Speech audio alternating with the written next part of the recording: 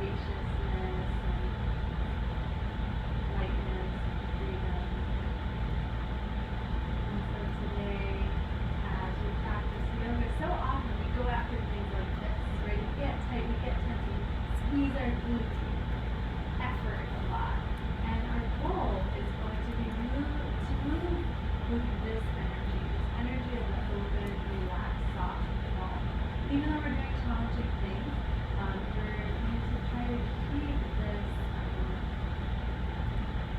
ability to use strength in an effortless way and see what happens. Our peak move is a handstand. I know all of you watching live are at different levels. Some of you might be excited to try that. Some of you might be like, I'm not doing that. And it's all good. It's all perfect. As long as we're in this space of ungrowing, this space of breathing and feeling and trusting our body and seeing what happens. So we'll start kneeling. And that's not always comfortable for people, especially if you have like quite tight quads. So feel free to grab a cushion to support your hips so that there's no strain. And I like to allow my knees to come out a little bit wider than my hips. You're welcome to try that. And take a moment, place the hands on the thighs.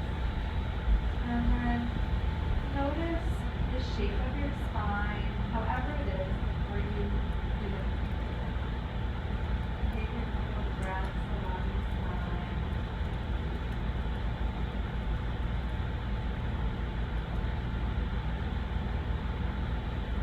And then gently start to arch the back, letting the heart lift, and notice the sensation of the pelvis tipping forward and the ribs opening. And then we'll go the opposite direction, so the spine will round, and perhaps you'll notice the pelvis tipping the other way and the ribs closing. And we'll connect this to our breath. So on your own inhale, start to open the front of the body. Notice how ribs and pelvis splay apart. And then as you exhale and empty out, notice how they come back together. And just take a few breaths like this. Try to observe the front of the body as well as the back of the body. Really becoming interested in how the rib cage and the pelvis interact with each other.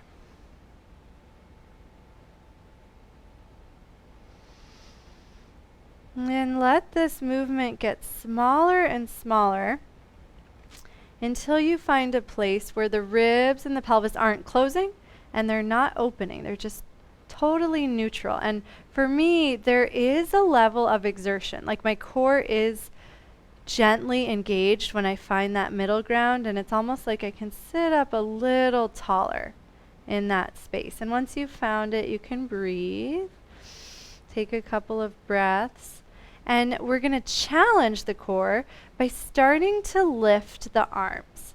And if you lift the arms too far, you might notice that the ribs want to splay, and see if you can counteract that staying at neutral.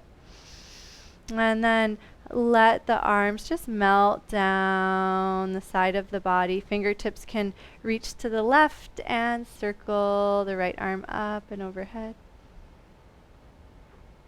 And then come back to neutral, reaching up, option to gaze up. And then slowly reach the other way. If the fingertips make it to the ground, you can enjoy that feedback, but it's okay if they don't. And then back to center, let both arms come down. And let's repeat that. So hands on thighs. Move at your own pace. The inhale opens everything. And the exhale closes everything. And then one more time smaller until you can find that middle ground of balance. Once you've found equilibrium, challenge it by lifting the arms up, and notice how you have to work at your center to prevent the body from arching. It's okay to bend the elbows. It's okay to be soft here. Remember, we've got our open palms, right? Take a breath. And then we'll reverse it. So this time we'll go to the right first, lengthening the whole left side of the body. And let the shoulder blades start to slide off of the rib cage. And then inhale back up. And exhale the other way. And so as the right hand reaches, you might feel the shoulder blade slide up, and you're not doing anything wrong, as long as there's no tension and no pain. And then come back to center and allow the hands to drop as you slowly float up to the knees. And take a couple of these kneeling chairs. Move your cushion out of the way, and now allow the shins to be parallel. And so you'll just take a couple of pulses here. And I'm going to turn to the side just so you can see. Notice the sensation of the hips reaching back and the arms reaching forward, and how they can work together. That looks great. Hi, Annapurna. Glad you could be here. Hi, Tammy.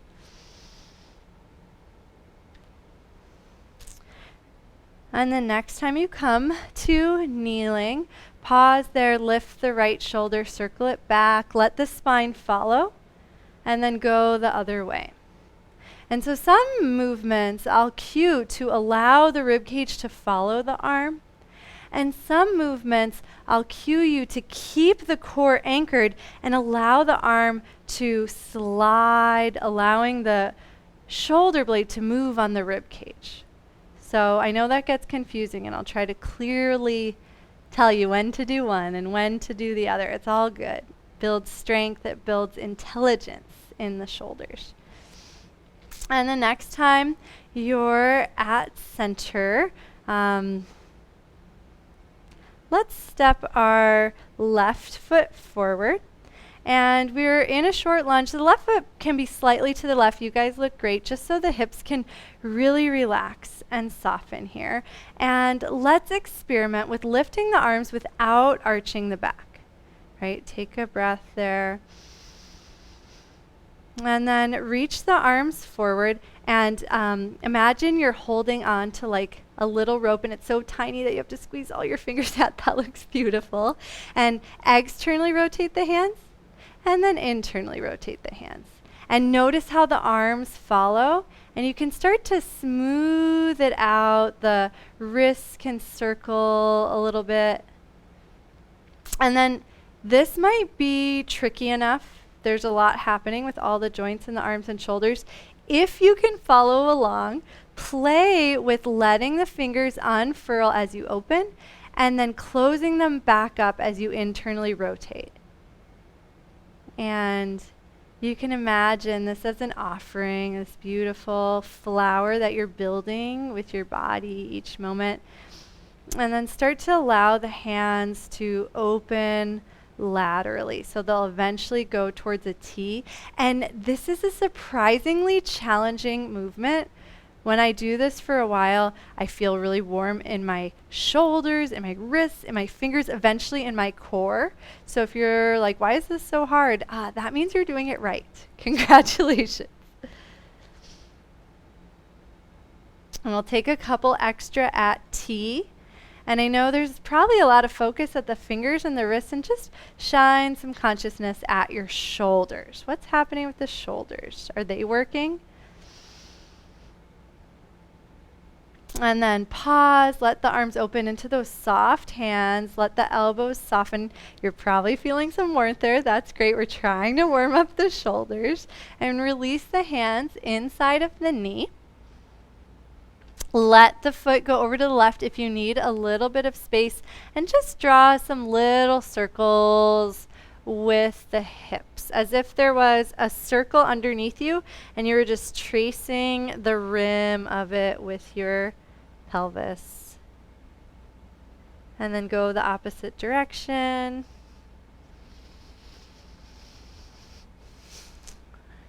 And this movement is about the hips, but just be aware of what's happening with the hands and the shoulders, and make sure you're supporting your upper body and there's no strain here. And then press into the right hand. Slowly shift the weight onto the right shoulder so you can open up towards the leg. Take a breath here. And then reach forward with the left arm. Straighten the left leg. And bend the left knee and draw a big circle up and back. As the circle comes down and forward, let that leg straighten again. And then as the arm goes up and back, bend the knee. And if you'd like to sync the breath with this, inhale at the top half of the circle and exhale at the bottom. And really try to feel the hips reaching back and the arm reaching forward. Believe it or not, we need to open the hamstrings to be able to attempt a handstand. The next time you reach forward and extend the leg, pause for a breath. And then release the left hand down. Bring left knee underneath the left hip and press back to Bhadrasana. Melt the forehead for one moment. Breathe into the back of the body. The palms can go face up. You can even roll in and out on the wrists as a little massage.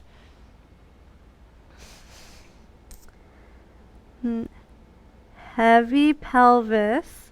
Tailbone points down. Slowly stack one vertebra at a time, with or without the help of your hands. And as the shoulders and head start to come up, allow the hips to float up. So that we can meet in kneeling. And we'll go the opposite direction. So step the right foot forward. Take a moment to lift the arms without arching the body. And this time, imagine you're planting your hands on the ceiling and just allow the wrists to start to extend. Take a breath. And then point the hands forward. Grab onto that tiny rope. Here we go. Maybe it'll be easier this time. Let's see. We'll start with external rotation, internal rotation, external rotation, internal rotation. Letting it be fluid. Looks beautiful, those of you that I can see. And then if it's not too much, you can start adding in the fingers. So as you externally rotate, the fingers open. As you internally rotate, they close. The wrists can circle as much as is comfortable, but we're really trying to warm up everything in the arms. And so we're using a lot of intricacy here with our movements. And then slowly allow the arms to start to open. So we're heading towards a T. I do not know hula, but this sort of makes me feel like I'm saying like, hello, welcome to our luau. We're going to celebrate the goddess today at our Navaratri yoga class. And the next time you're at T, let the hands soften, let the elbows soften. Allow the breath to soften the whole body. And then release the hands inside of the right foot and draw some circles with the hips. And so this time, just like before, there's a circle on the floor and you're just tracing that shape with your hips, moving forward to one side, back and the other side. And then go the opposite direction.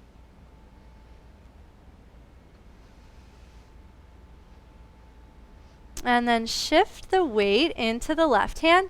Stack left shoulder, right hand reaches. Take a breath here. Bring your awareness to your left hand. Make sure that wrist is happy. If it's not, see if you can soften and roll towards the outer edge of that hand just a little bit. And then reach the right hand forward and start to kick into the right leg just a little bit and feel that opposing force. And then bend the right knee, reach the right arm up and back, big circle, inhale. At your own pace, the exhale will trace the bottom of the circle and just start to play with kicking into that right leg. And it might just be a little bit because we're just warming up. The inhale bends the knee and is the top half of the circle. Exhale, you kick and trace the bottom half. Let's take a couple more on our own and give yourself permission to walk the right foot over to the right. My hips really like to have a lot of space here, so there shouldn't be anything tweaky or tight, and make sure most of the movement is coming from the spine and not the shoulder. The shoulder's just following. And the next time the hand comes down, plant it down, bring the right knee underneath the right hip, and slowly melt over the legs into Bhadrasana. Turn the palms face up, and just like we began class, take a moment to squeeze the hands together into fists, and then release that squeeze, just feeling the whole body soften and in grip.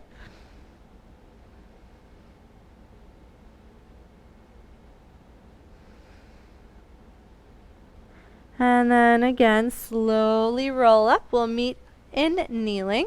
And I forgot to tell you to hit play on your music. So if you are using music today, you can hit play on the first track. It's pretty mellow. And so we are going to play with something on our knees, and we'll be off our knees very soon in case you're wondering. And it's a little different than our kneeling chairs, but it's something we do a lot. We're going to keep the body plank and then just flex at the knees, right? This is one of my favorite core strengtheners. I'm turning to the side just so you can see me. And if you remember how we started with noticing the rib cage and the pelvis and how they were connected, we're trying to keep that neutral connection here. So there's no arching. That looks awesome, Annapurna. It takes a lot of strength. It takes a lot of coordination. It's okay if you don't go very far. And then the next time you start to float forward, see what happens if you step your foot forward. Can you use that momentum to just let it naturally step? And then step the foot back and try it on the other side. And I want this to be gentle because we are going to be doing it several times. So try to find that, almost that wave where the wave sweeps you up and the leg can just step effortlessly forward. And if that's not comfortable, then when I cue this in the future, you don't have to repeat it. You can just step the foot forward. The next time the left foot is forward, we'll pause there. Interlace the hands. I've talked about getting out of the pool, right? Imagine you're getting out of a pool, you're pushing down on the thigh, the side of the pool, and feel those muscles just help you climb out and then sink down, and do it a couple of times.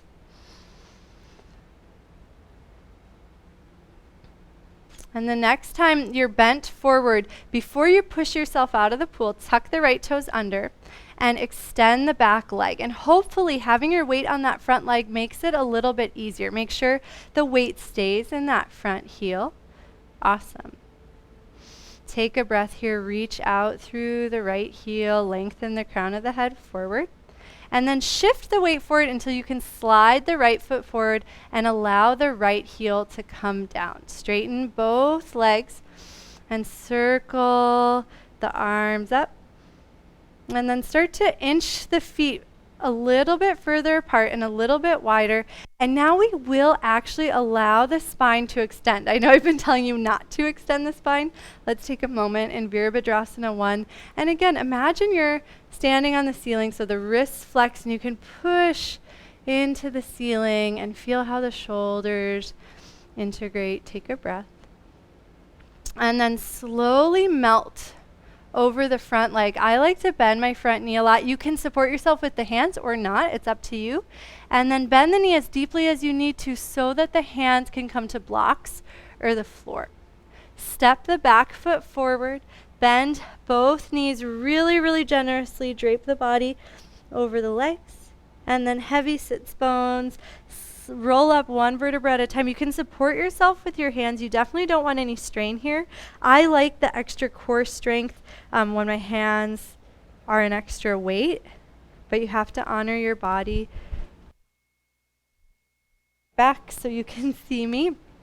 Okay, I know you need to do that on the other side, but we're going to do a little shoulder experiment before we balance out sides. So let's start with our left arm because my left side is feeling tingly from that Veerabhadrasana 1. Reach the left arm forward and bring the right fingertips to the rib cage. We want the rib cage to stay where it is and start to reach the left hand forward so the shoulder blade actually slides wide on the rib cage, but the rib cage doesn't move. And then anchor the shoulder back and just take a couple of those, feeling the scapula protract. That's a fancy way for saying slide wide. And the next time it slides wide, stay there and start to point the fingertips up. Same thing.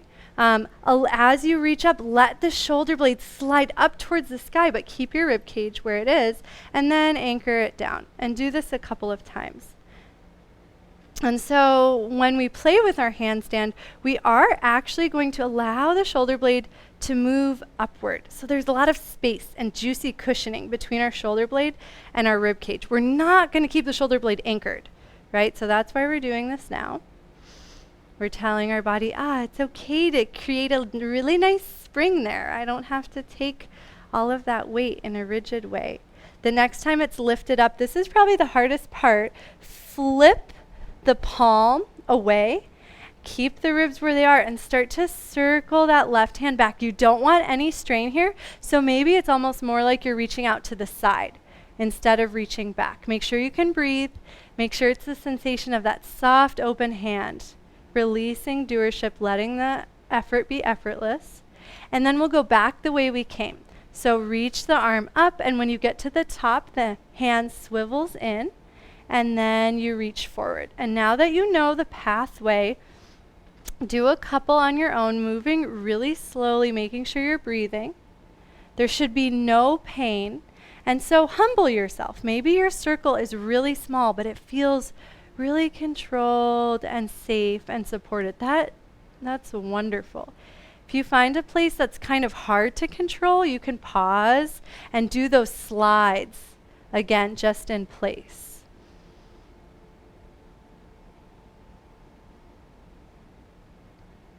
Okay, the next time the hands forward, pause there, pause in Tadasana, and just for fun, we're going to do something that me and Satyam call stand handing. We're going to do an upside down handstand. So circle the arms up and overhead, flex the wrists, and push on the invisible ceiling so that you can allow the shoulder blades to rise up just like we practiced, and just notice the difference between sides. And just breathe. Notice any sensations on that left side.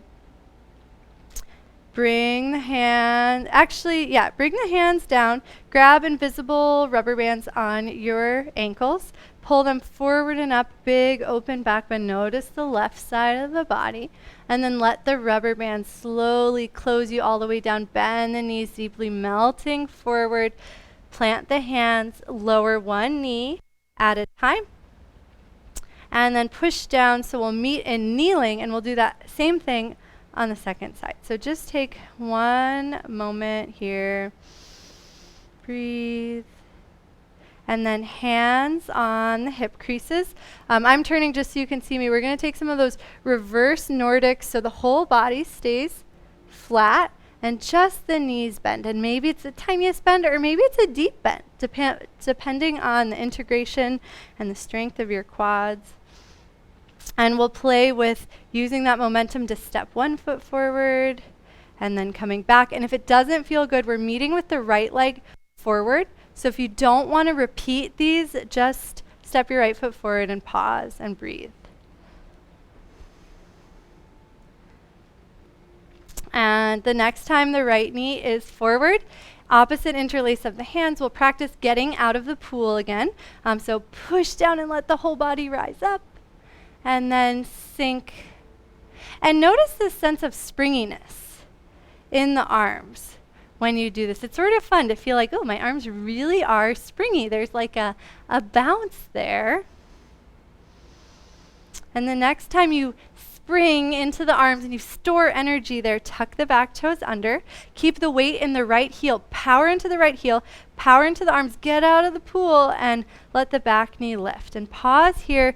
Lengthen the left heel back, the crown of the head forward. Take a breath, smile. And then shift the weight into the front heel until you can scooch the back foot forward enough to put the heel down. Push down into the legs, slowly rising up, straighten them, and find your way into Veerabhadrasana 1. So maybe the front foot inches forward a little to the right. Welcome, Amanda. We're still warming up, so you can just jump right in. Take a breath here, and when you're ready, bend the right knee. Scoop the air up and allow the spine to start to extend. Plant the hands on the ceiling and push into the ceiling. Let the shoulders rise up just a little bit. It's not like they're coming all the way up, but you're not forcing them down either. You're letting them wiggle. Take a couple of breaths here. And then shift the weight into the front heel. Step forward. I'm going to inch back just so you can see me, but you can stay where you are. So now we're going to do our shoulder rotation on the other side. So keep the right hand lifted, left hand across the rib cage. Take a moment to arch and then splay and then round, and then find your middle ground, right? And it takes muscles to stay neutral. So you might feel some engagement on the obliques. Try to keep this as you reach the right arm forward and let the shoulder blade wrap wide. And then drop back. And do a couple of these, and you can even close the eyes so that you can visualize the shoulder blade wrapping and anchoring. The next time the arm wraps, take a breath underneath the shoulder. And then start to point the right fingertips up towards the sky, and we're going to do the same thing.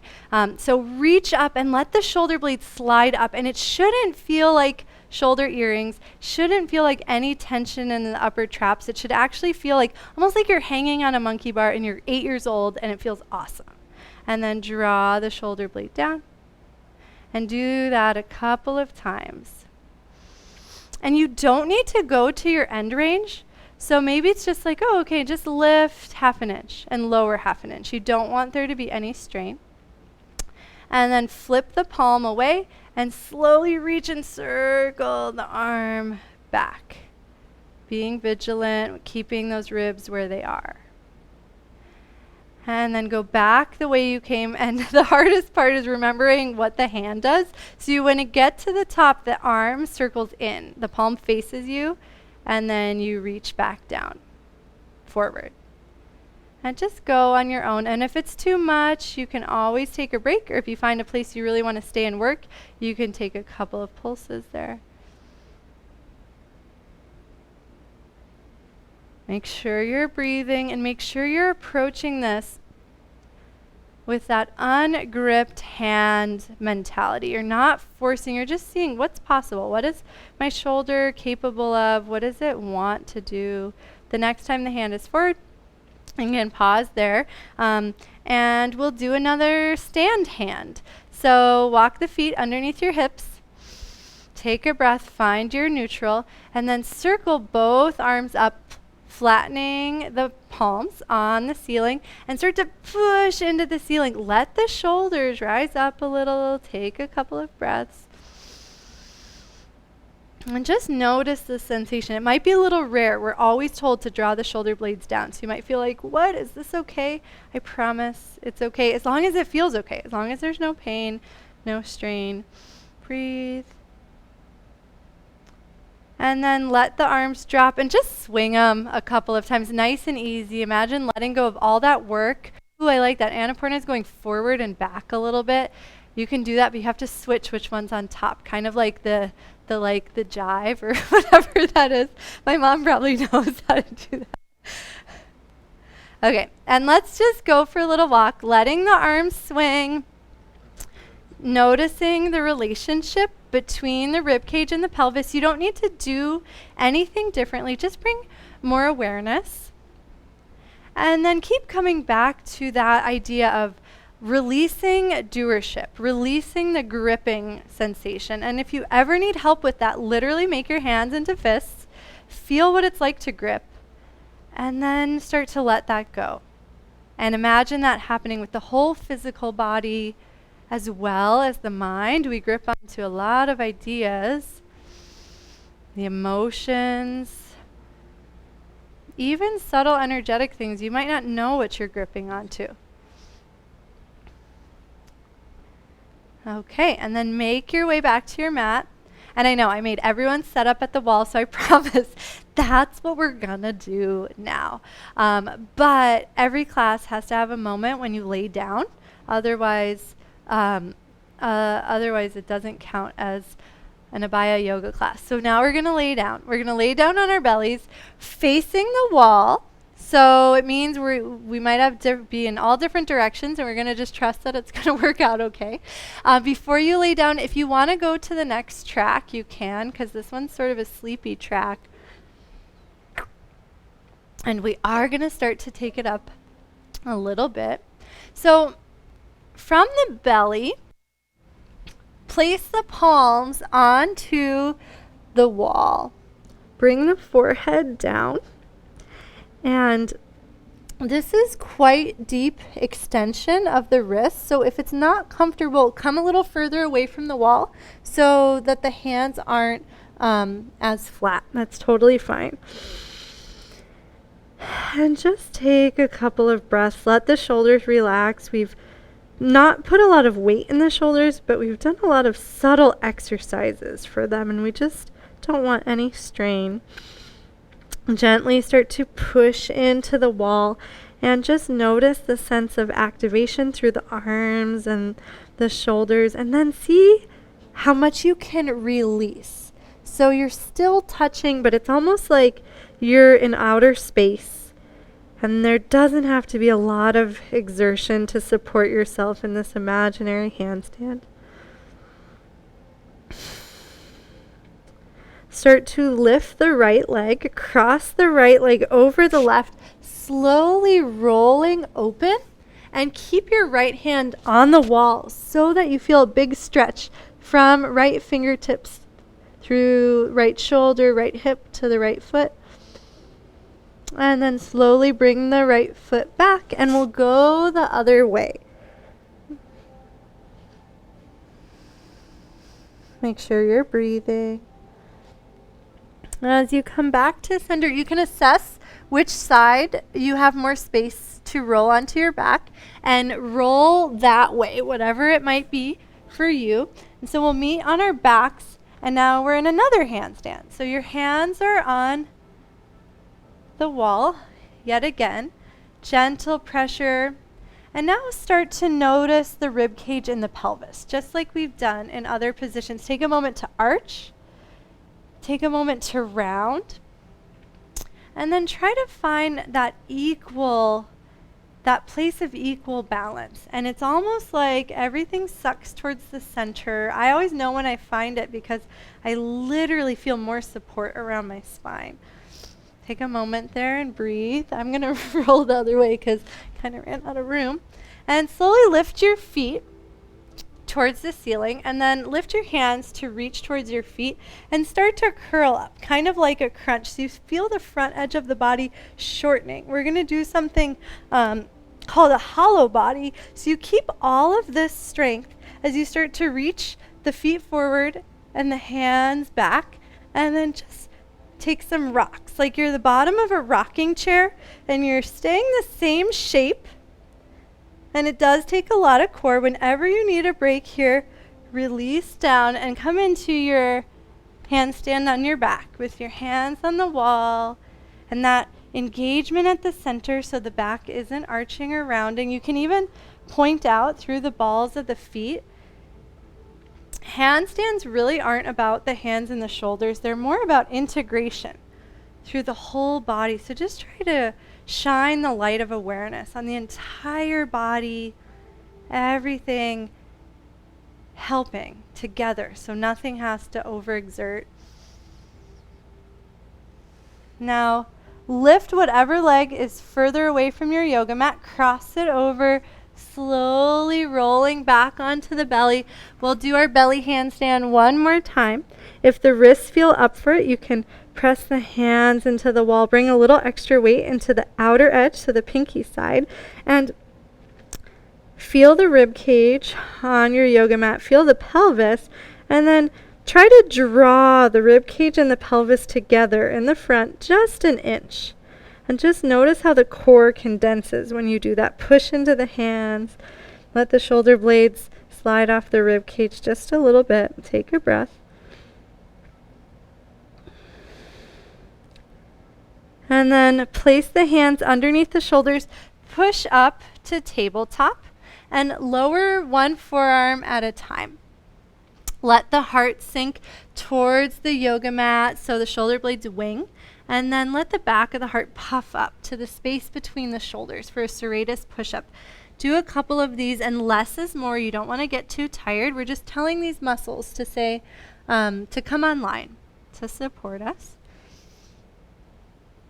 And the next time the shoulder blades wrap and the serratus muscle activates, keep that as you come onto the hands. And just take a moment to feel the support and the integration of the upper body. Draw a big circle with the shoulders around the wrists. And notice how when you come forward, the fingertips do a little extra work. Circle the other way. Try gripping with the fingers just a little bit, not with any strain, but just so they can help support you and unload the wrists. And then keep walking the hands in and slowly come up to kneeling. And we're going to go into a movement that you guys already know will flex the knees. And as you shift forward, let the left foot step forward. Two options here. You can get out of the pool like we did before and slowly reach forward into the wall. Or you can step back and use momentum here, lifting the hands, bending the knees, and as the left foot steps forward, springing forward into the wall. And then you just go right into your springy arms like we've practiced, bouncing against the wall, letting the left leg strengthen, and just starting to notice the relationship between the hands and the back foot. And we want them in a straight line, but it doesn't have to look like a T. Maybe the hands are a little further up and the foot is pointing down a little. The next time the arms straighten, pause there, push into the hands, breathe, reach the heel back. Feel the relationship between the hands, the shoulders sliding away from the rib cage, the heel reaching. And then set the right foot down. Make any adjustments to come into a nice, spacious Veerabhadrasana 1. If the shoulders are tired, actually let's just shake out the arms. Let them almost be like those sticky hands that you slap against the wall. Let your arms just be like really long and slappy. And then turn all 10 toes to the right. Bend the right knee a couple of times, keeping the weight in the right heel. It's okay if you're turned against me. It's gonna be different for everyone. And let the arms swing to the right, almost like big gorilla arms. So every time the right knee bends, the weight's still in the heel, but the arms swing, just letting them go. The next time the momentum starts to travel to the left, turn the left toes out and float your arms to T for Veerabhadrasana 2. You might need to walk the right leg back a little so that you're in heel to arch alignment. Again, if the shoulders are fatigued, you can melt them down, but maybe there's a sense of the shoulders being balanced and supported. Take a breath. And then slowly circle the right arm down, lift the right heel so you're turning back towards the wall.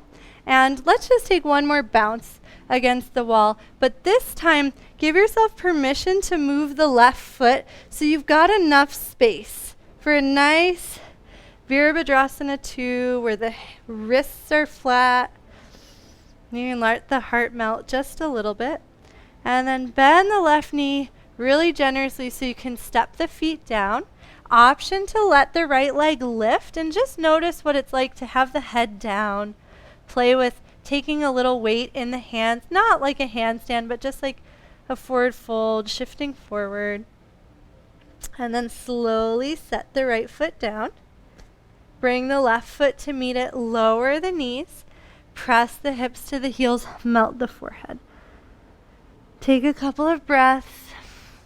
We'll be going through that exact same sequence on the second side, and then we'll just repeat that sequence and we'll have an option to to add a handstand in or not, to stay with the hands on the wall in that Veera 3. So if there's any anticipation of the main event, don't worry. It's going to be more of what you've just done, and maybe more if you want there to be. Slowly roll up to kneeling. Hands on the ceiling. Let the shoulder blades slide up, practicing a kneeling handstand. And then start to bend the knees. So you're leaning back in that reverse Nordic as you start to come forward. Now the right foot steps. Option to use the hands or just use momentum to spring forward into the wall and take a couple of bounces at the wall. And then pause. Make any adjustments with the right foot. And then push into the hands. Feel the left leg reach. Close the eyes so you can almost memorize what this feels like in a safe way. Bend the right knee generously. Let the left foot come down. And just find Veerabhadrasana 1 and let it be a moment to just shake out any tension in the arms. You've got your sticky rubbery hands again and you're just letting them splat against the floor. You can do the hand jive, whatever helps you relax. And now turn all 10 toes to the left. Bend the left knee. Keep the weight in the left heel. So we're doing a modified Skandasana. And then just let the arms swing. And it doesn't have to be a dramatic swing. This is really to release all tension and almost like give ourselves a break from the idea of a handstand. And then start to feel how the bounce is sending you to the right. Our next movement is going to be opening to Veerabhadrasana 2 facing the right. So let the momentum help you get there. Make any adjustments with the feet. Option to melt the arms down or just let them float weightlessly. And then circle the left arm down, lift the left heel, face the wall. Take one moment for your wall, Veerabhadrasana 3. Take a breath. And then bend the right knee really deeply. Lower the hands to the mat. Option to lift the left leg in standing splits or just stay in your forward fold. Make sure you can breathe and just play with coming on to the ball of the right foot, shifting the weight into the hands. Shift forward enough that you wake up your fingertips. It might feel like, whoa, that's scary, that's too much. You might notice when you do that and the fingertips wake up, there's a little more alertness in the core. And then bend right knee really, really deeply, lower left toes. Step back to plank. Lower the knees. And then slowly lower all the way onto the belly. Stack the hands, elbows wide, forehead to hands. Breathe into the shoulders. Try to observe the whole body. Reach the hands forward. You might need to wiggle away from the wall. One last handstand on your belly. And appreciate your ability to find strength and integration here. It really doesn't matter if you attempt a handstand today.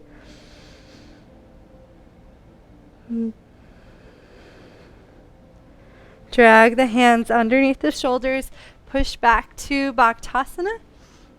And slowly roll up to standing on your knees. We're going to repeat that whole sequence. We will have an option to try a handstand after every time we do Veerabhadrasana 3 at the wall. If you don't want to do a handstand, you can just keep bouncing Veerabhadrasana 3 at the wall. I guess I can demo it really quickly. So if you guys want to turn, as long as you're here, stay kneeling.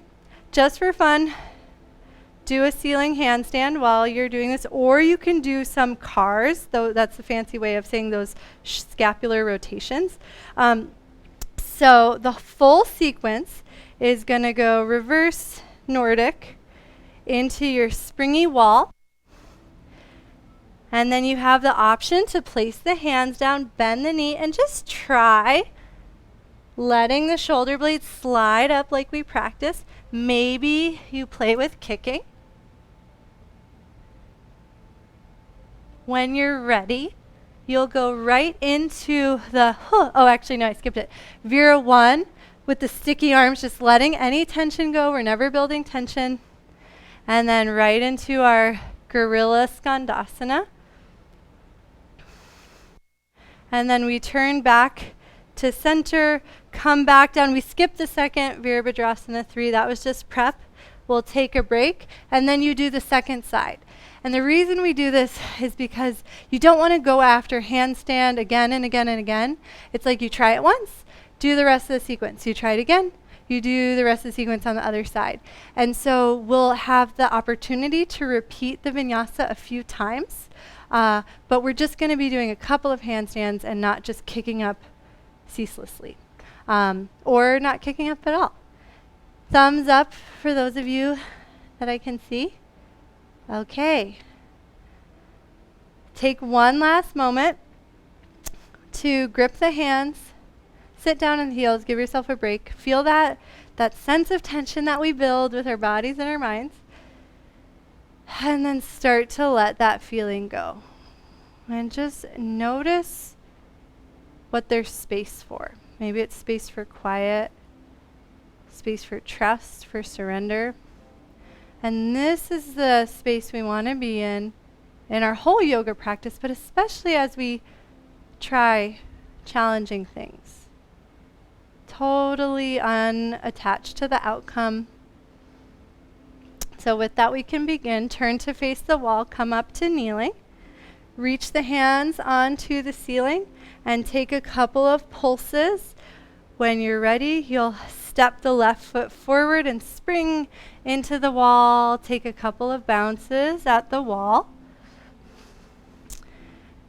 And then lower the toes down, bend the left knee, plant the hands. Before you kick up, push into the hands so you can feel the rib cage tractioning out of the shoulder blades.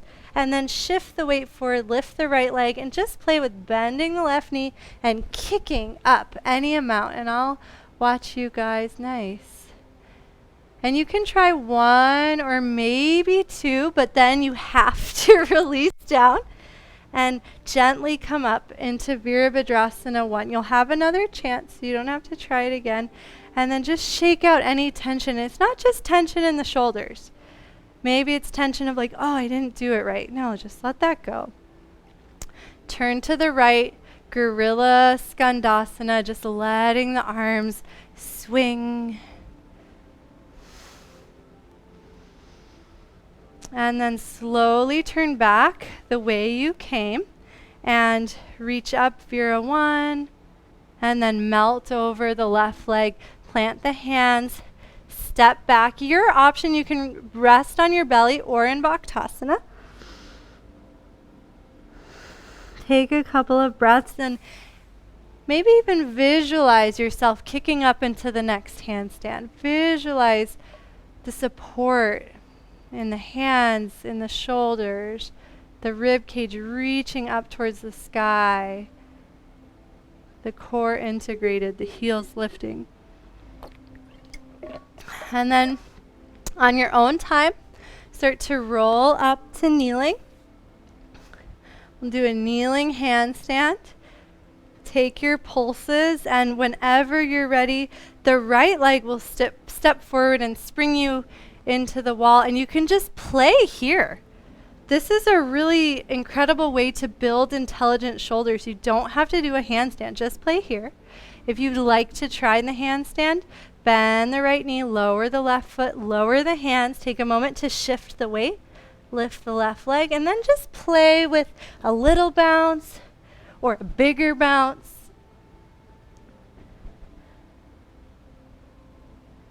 Make sure you're breathing.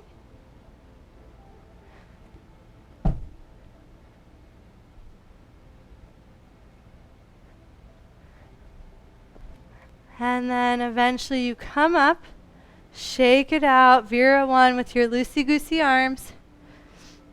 Turn to the left, Skandasana, big swinging gorilla arms. And then turn to the right again.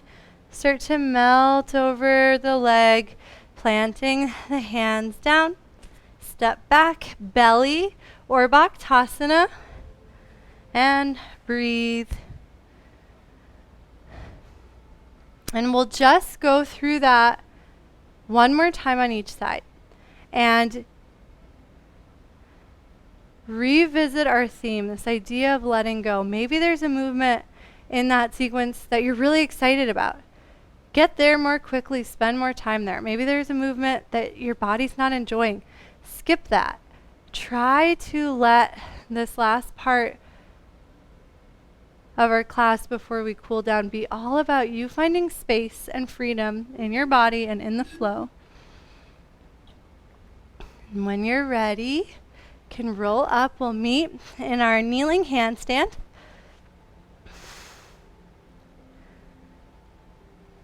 And start to build your momentum. The left leg is going to step forward. You can use your hands or just spring right into the wall. If the arms are tired, just take really gentle bounces at the wall. Don't even worry about a handstand, but this really repatterns the way you use your shoulders. If you want to try the handstand, melt over the left leg, lift the right leg, and just take one big kick, pressing into the hands and reaching the right leg as high as you can. Let the left leg stay wherever it is. You don't even have to think about it. And then release the legs down and melt the tension in Veera 1. Come to the breath, swing the arms, and then turn to the right.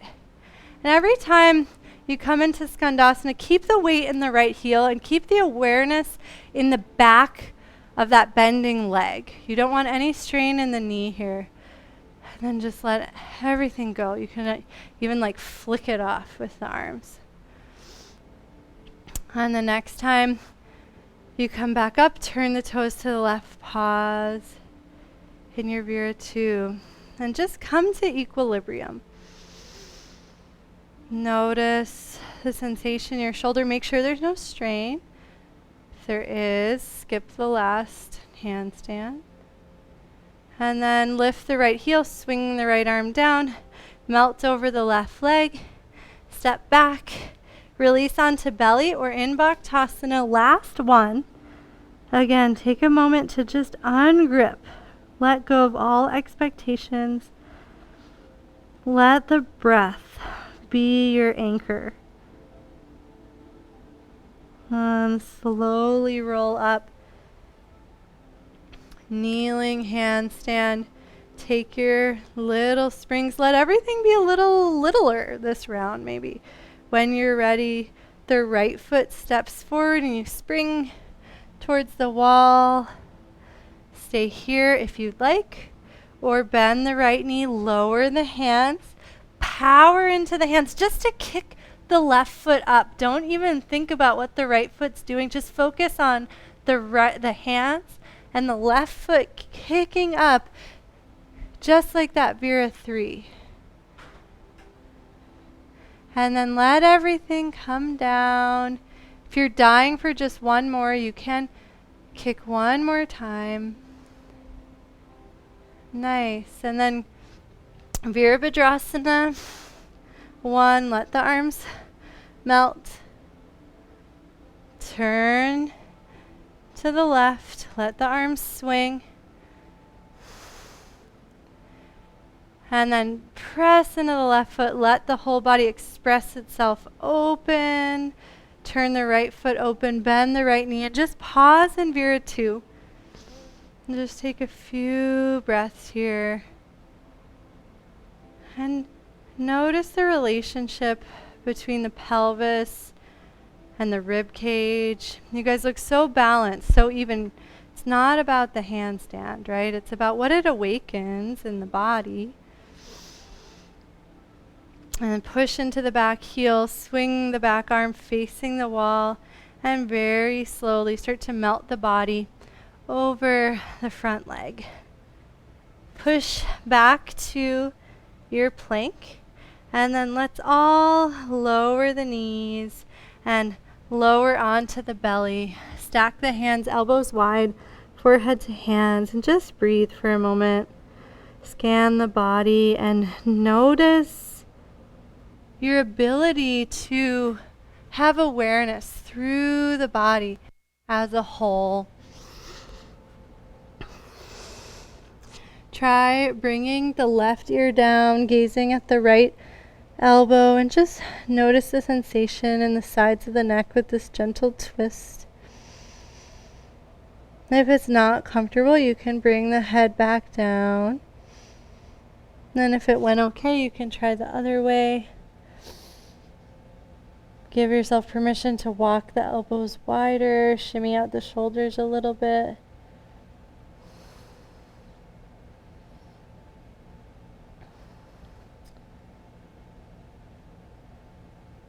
And place the hands underneath the shoulders and walk the knees in so you can sit on your heels. As long as we're at the wall, we're going to do something fun. Sit off to one side. Bring your legs forward. Let me demo this one time. So we'll do a couple rounds of this. It's going to be a really, really mellow shoulder stand. So your feet are going to come to the wall. And the hands are going to reach like you're setting up for a bridge. And you're just gently going to curl up one vertebra at a time and not go very far. But I love how this massages the muscles around my spine and my shoulders. So it's more about massage, less about the inversion. That's just bonus. Cool. I see that everyone's like just going for it. I think that's a good sign that it looked fun. And if you find a place that feels good, maybe there's a knot somewhere in your back, feel free to pause there and just sway ever so gently and make sure the gaze stays directly up. You don't want to turn your neck here. My legs do get quite tired, so give yourself permission to come back down, make any adjustments. The closer you are to the wall, the less effort the legs have to exert. So if your legs feel tired, scoot your hips closer to the wall. Make sure you can breathe. And as you lift, maybe you can find a little more length behind the neck, tucking the chin, reaching the occiput away from the shoulders. The next time the hips come down, you don't need to rush to get there, but pause. Open the arms to T and just start to walk the feet to the right. We're going for a really gentle spinal twist, so don't bring the feet all the way to the ground, but just use the wall to lend some support so you don't have to go very far here, and gaze to the left. If anything doesn't feel comfortable in the hips, you can try squeezing the legs together for a little extra support, or even extending the legs against the wall a little bit more. Breathe. And then walk the feet towards center and go the other way. If you did anything unique on the first side, balance it out on the second side. Make sure you can breathe.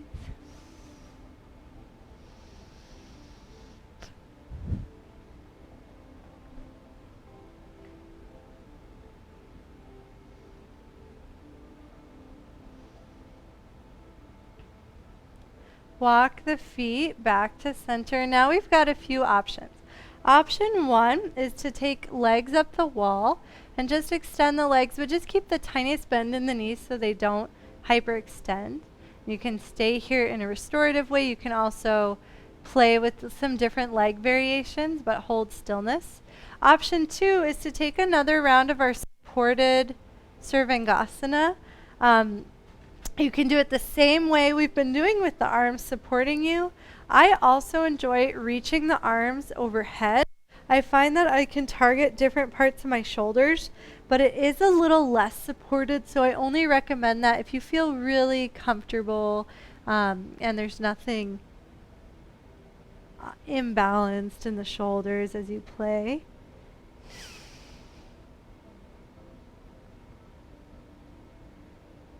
And I apologize, I know your music is still playing, so feel free to go forward 2 tracks to a more calming song, or to just pause the music completely.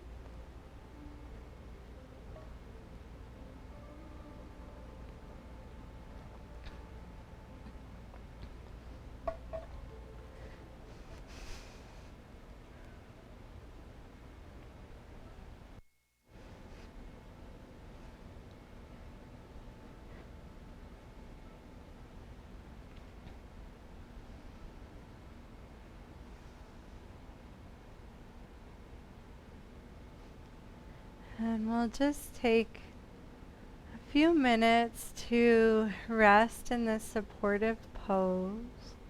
If your body is craving anything different, by all means you can explore. And just take a moment to check in with the shoulders. Make sure they're as supported as possible. It could feel good to bring them alongside the body and slide them down the back a little bit, just letting them totally reintegrate. Oh, good idea. My mom's giving herself a big hug. That's really sweet. You can give yourself a big hug and just breathe into the heart.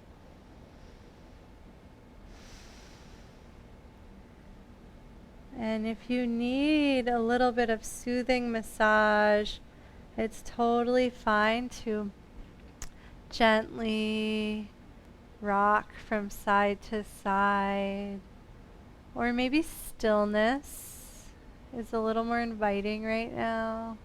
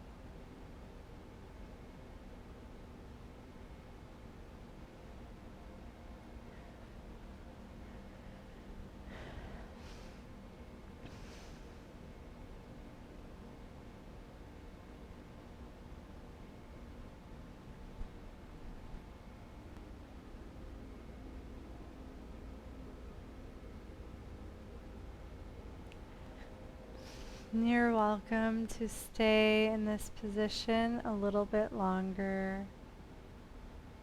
Something I want to offer, if you want to keep massaging the shoulders, is to bring the soles of the feet down to the earth, squeeze the arms into the side, and just gently roll onto one side, onto that bottom arm.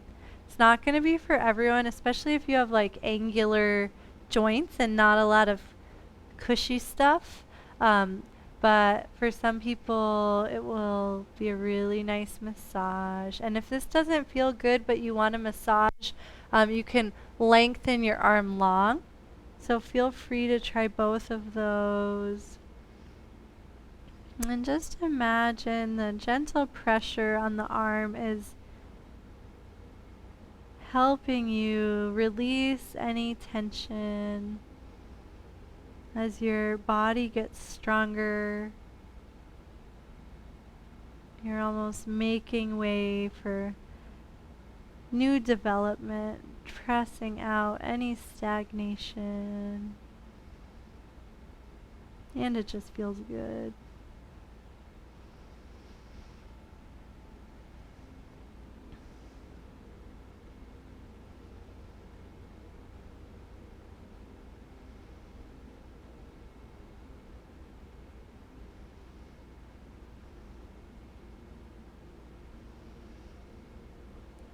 Take as long as you want, especially if it feels useful and nourishing and enjoyable. And then eventually make your way to the other side. I can feel that I don't want to go to the other side yet, so I'll give you a little more time in case you feel that way too.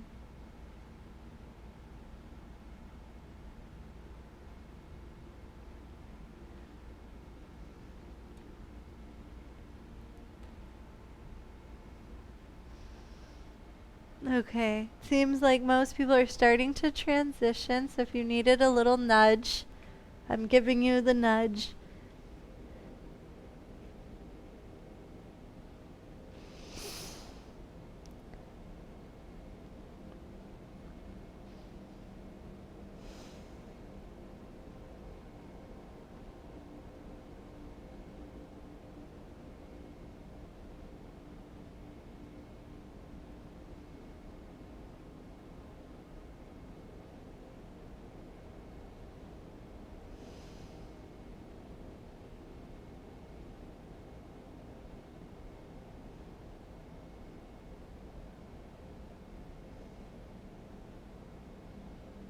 And just imagine as you do this self-massage that you're not just soothing your physical body.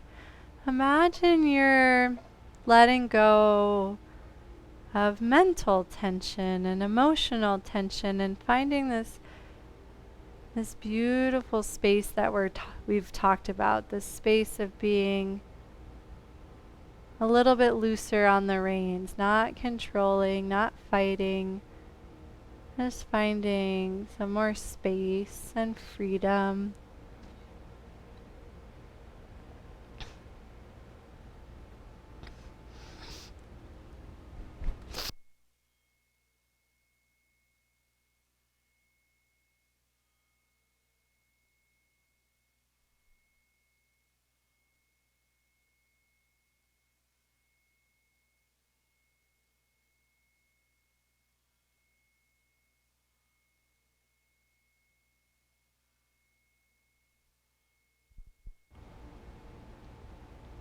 And after all this soothing, restorative stuff, I feel bad making you get up and sit upright for meditation.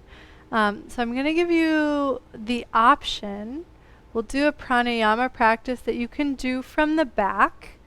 So if you would like to stay reclined, you're welcome to. If you feel like your practice would be more productive if you come upright, you're welcome to consciously transition to upright. If your music is still playing, you can pause it. Feel free to grab a sip of water.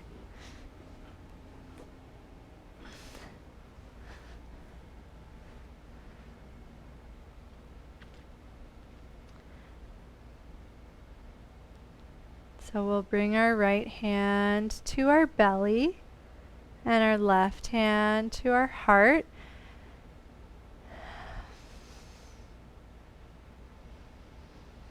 And just take some natural breaths towards the belly.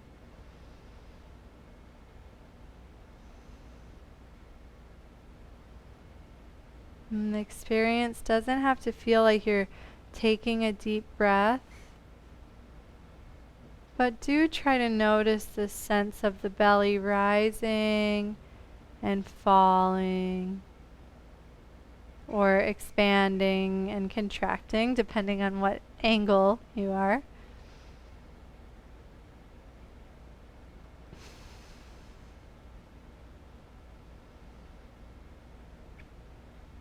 And we'll practice the 3-part breath. And so breathing into the belly is the first of 3 parts of the inhale. And so we'll take 1/3 of the breath to the belly, the next third of the breath into the bottom of the ribs, and the final third of the breath up to the heart. And so you can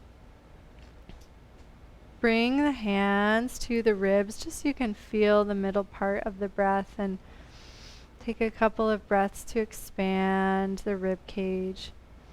Try breathing through the nose if that's accessible to you.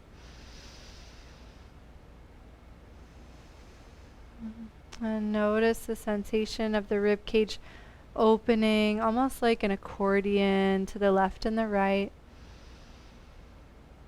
And then the sensation of softening, of everything coming to center so gently.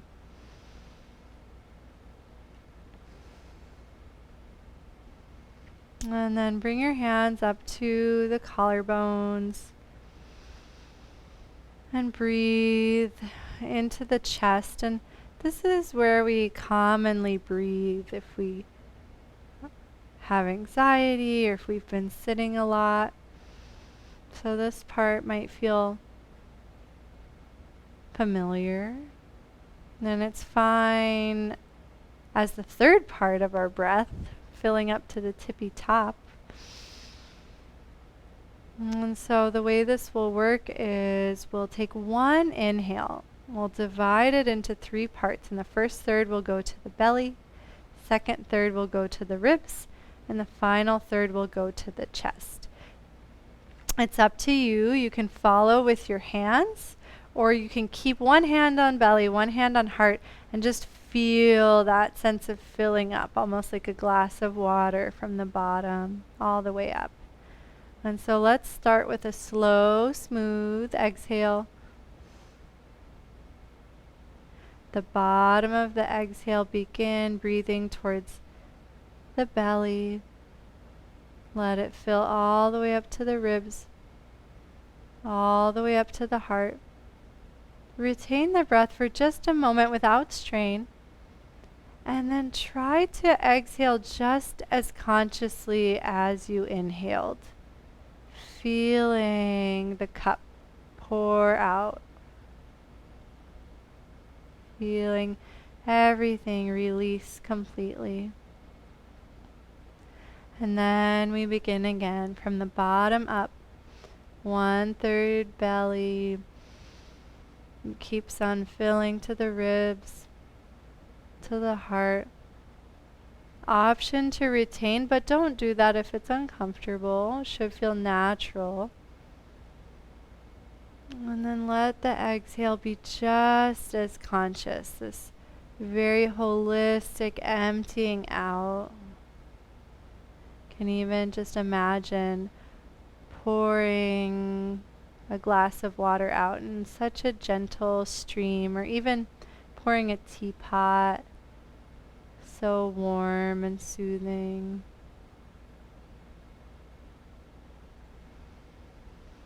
We'll do one more together, and then you can continue on your own, starting at the bottom, filling up smoothly, evenly, lovingly.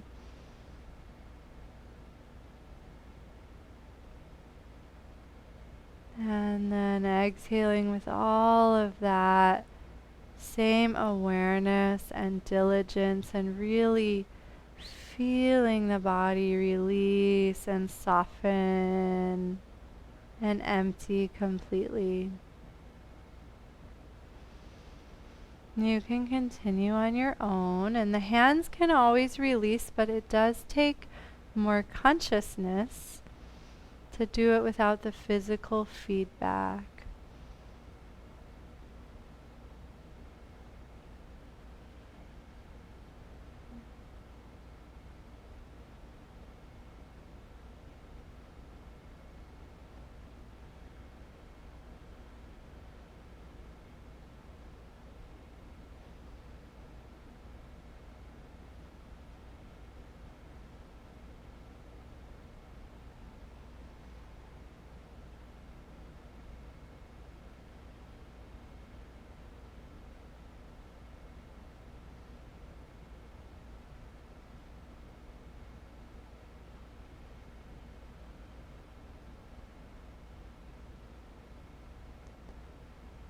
And as you work with this pranayama, you might experience how it helps you ungrip a little more deeply.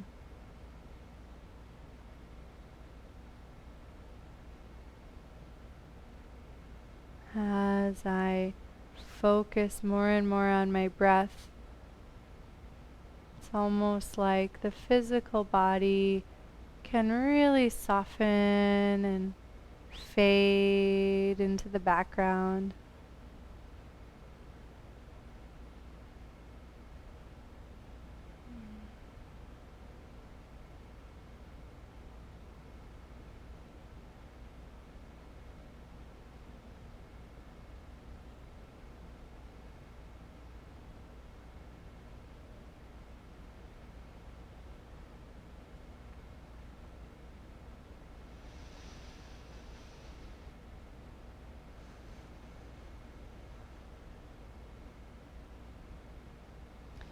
You're welcome to continue with the pranayama practice if it's still useful to you. You're also welcome to soften a little bit more so there's less control of the breath and more gentle observation, just letting it be completely natural, effortless.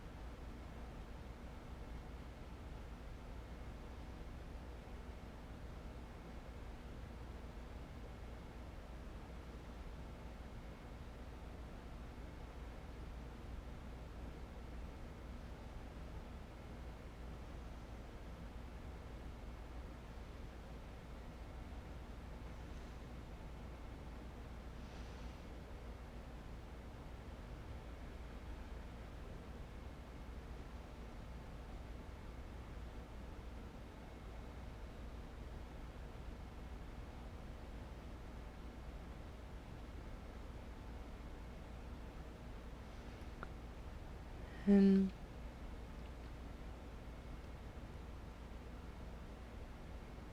the goal of meditation lies beyond the breath. The breath is an amazing tool,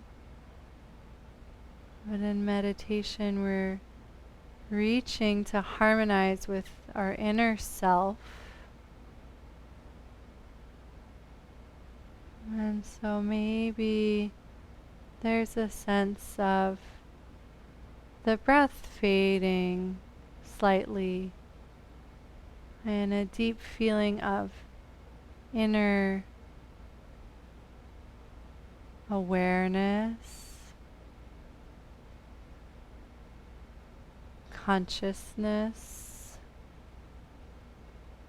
and joy or bliss.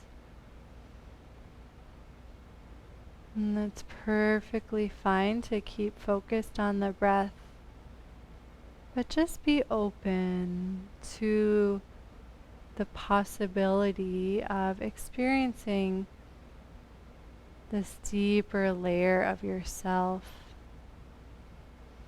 The yogis call the inner self. And it's always there. It's just obscured by lots of layers. And our yoga practice peels those layers away.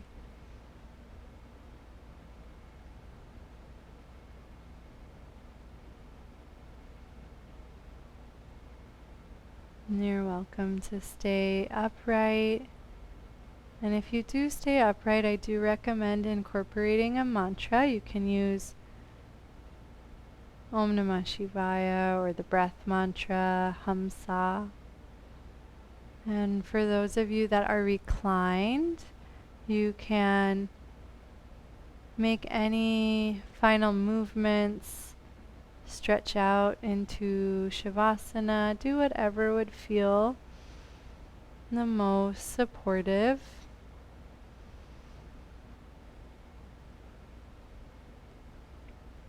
And you don't have to do this again. Maybe you've gotten it. You can visualize that unclasping of the fist. And just imagine releasing all those layers of tension and harmonizing with that perfect inner self.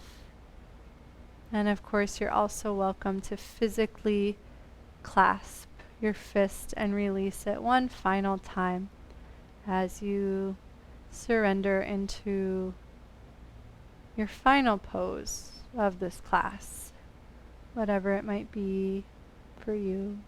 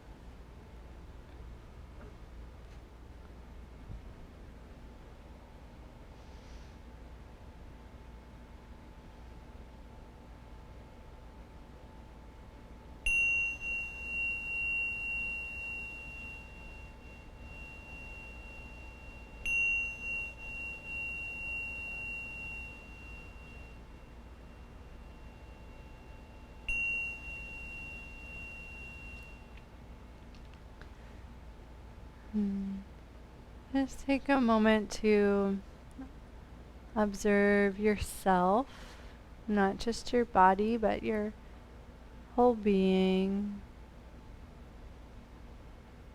And you might notice that place of inner perfection and the layers of the thoughts and the breath and the physical body. And see if you can stay attuned to that very deepest, perfect part of yourself as you start to transition towards seated. And we'll eventually all meet with hands at the heart.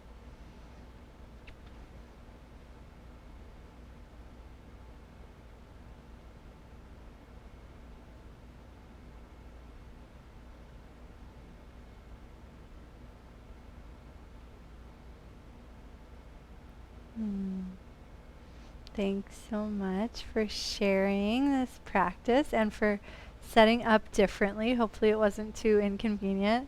Probably not going to do that again. So great to see you all. Namaste. Hope everybody feels great. Thanks for coming, Mom. So great to see you, Jessie. It worked. You made it through the whole class. Hi, Tammy and Annapurna and Roseanne.